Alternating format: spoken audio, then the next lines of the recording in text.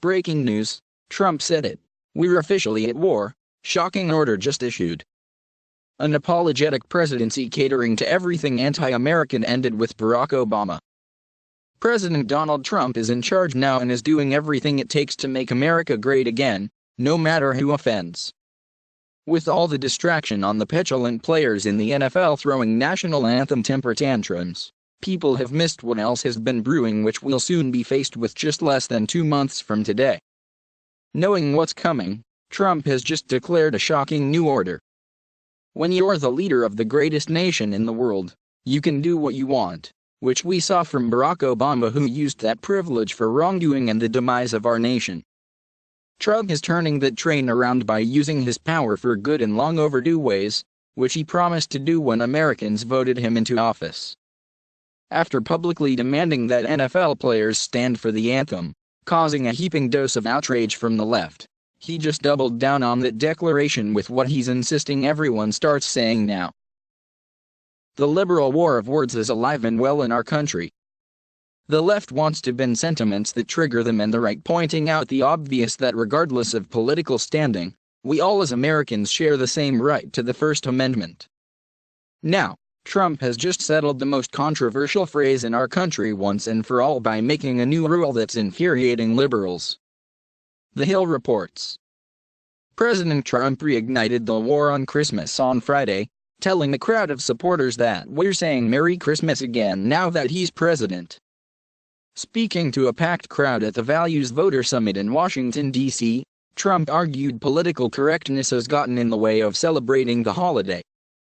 We're getting near that beautiful Christmas season that people don't talk about anymore.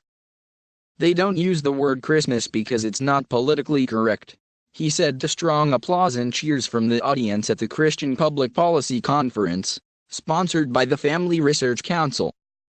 You go to department stores and they'll say Happy New Year, or they'll say other things and it'll be red, they'll have it painted. But they don't say, well, guess what? We're saying Merry Christmas again. Trump went on to briefly pivot toward his push to cut taxes, calling for tax reform as a Christmas gift. It's incredible to have a leader of this nation who doesn't want to take a sledgehammer to the faith base that our country was built on. America has always been great and steeped in tradition, but it was liberals who systematically dismantled that by making everything good and right, offensive and somehow wrong.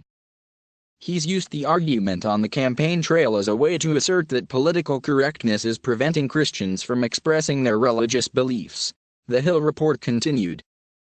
And to bring the point home, his campaign held a thank you rally in Wisconsin last December where he spoke in front of a row of large Christmas trees.